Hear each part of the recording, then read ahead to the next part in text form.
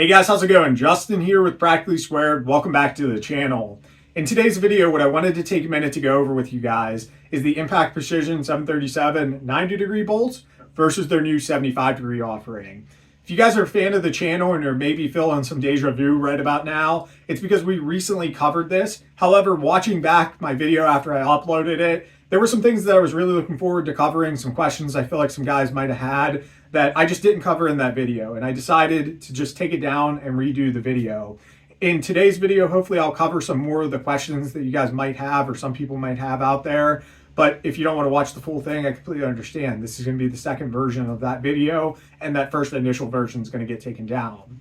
So, formatted today's video, I always like to hit you guys with a disclaimer disclosure, and we're going to kind of go through that. Then I want to give you guys a brief background, kind of get you guys up to speed on Impact, go over some of the pros, cons, some of the features of their action. This isn't meant to be a full review. Maybe if you guys are interested in the future, we'll cover that. But I just kind of want to talk about Impact, get you guys up to speed with them as a company and everything. And then ultimately we'll get into the 75 versus the 90. I did a little test where I put a trigger pull gauge and kind of compared them. And then ultimately at the end of today's video, I want to wrap up kind of who I think the 90's for, who I think the 75's for, some kind of pros and cons and some things to think about along the way.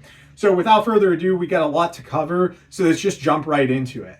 So disclosure time, my relationship with Impact Precision. I don't really have much of a relationship with Impact Precision. I've been running their actions ever since I got into the PRS world about 3 years ago, give or take.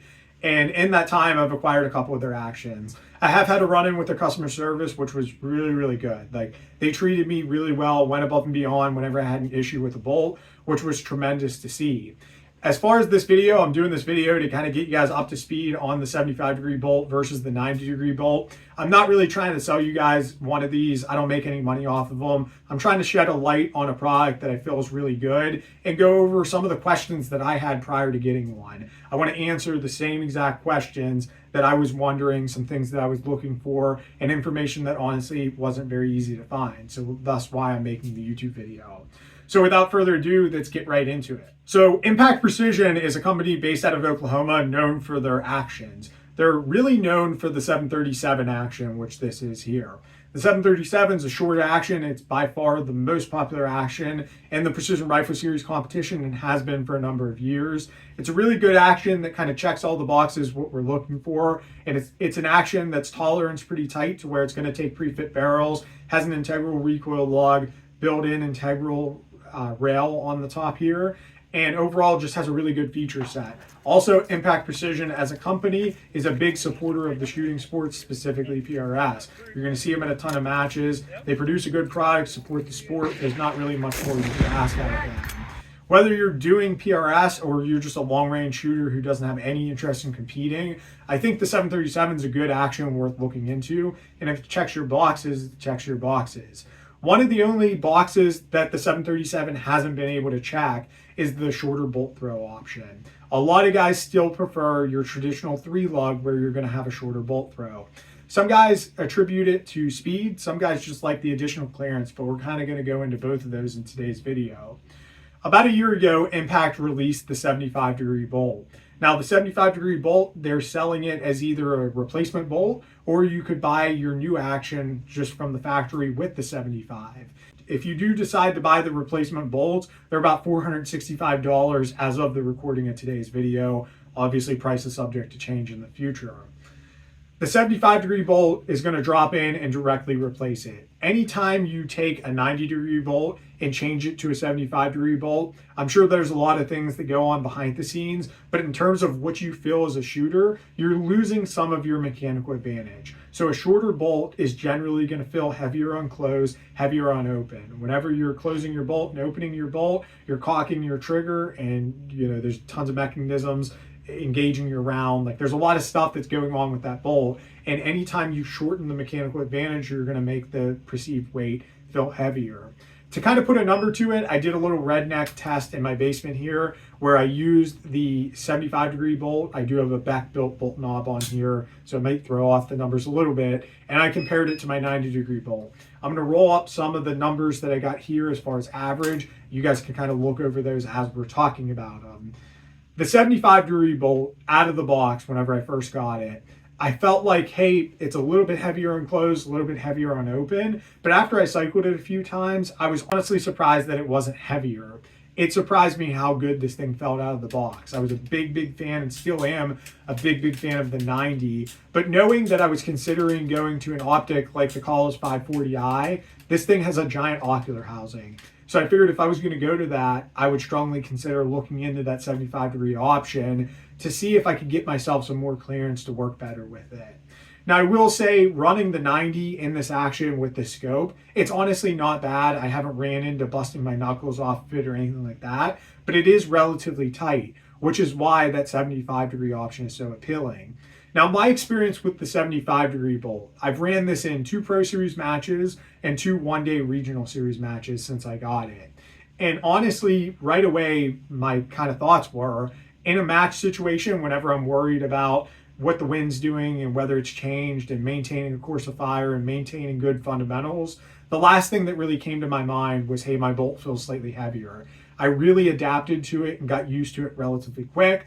But I will say there's going to be guys out there that have been running the Impact 90s for so long that if you get one of these 75s, if you're not super receptive to it, I could see an instance where guys wouldn't be the biggest fan of this. Like, it's a different feel. It's definitely a different feel, and you've got to get used to it.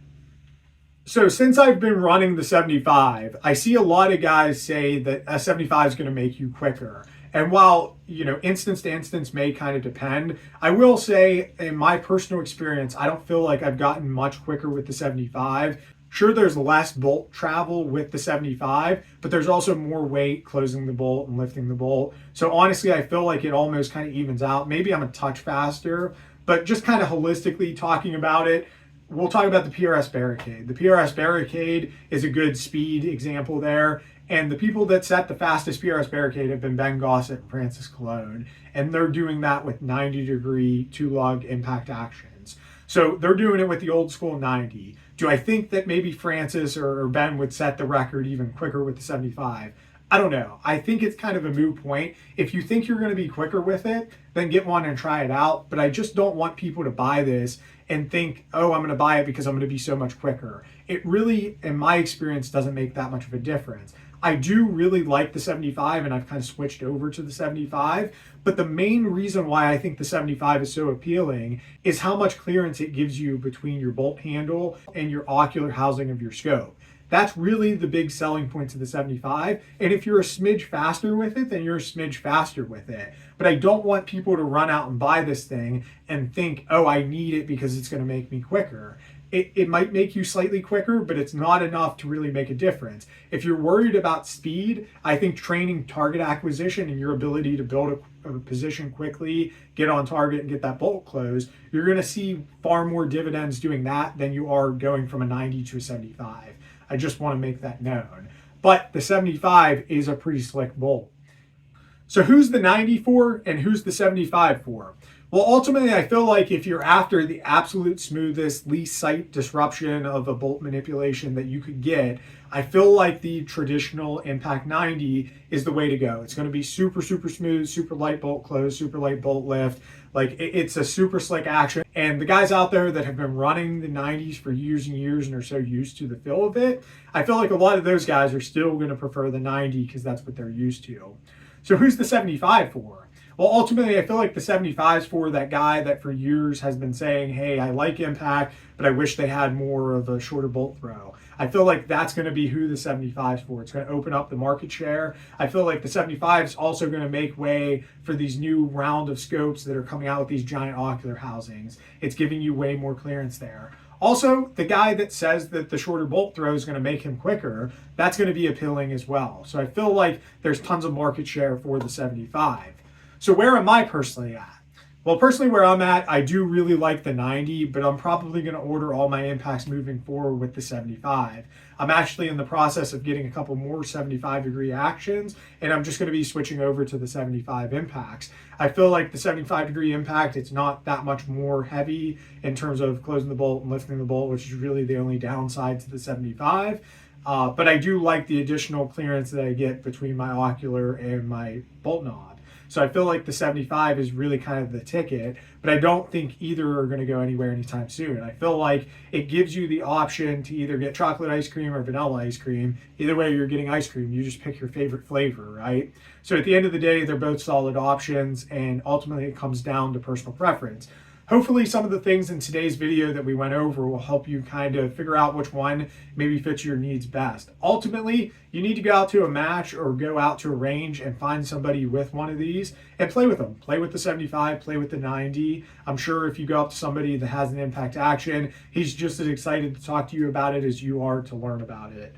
So hopefully you guys took something away from today's video. If you guys did, feel free to hit that like button, hit the subscribe button, head over to Instagram, give us a follow at Practically Squared. I make these videos for your entertainment and educational purposes. I'm a big fan of watching YouTube videos, so I try to give back to the community. I'm a big fan of PRS. A lot of people have helped me, so I try to help people by making these videos. If I help one person, then it justifies my time in making and editing these videos.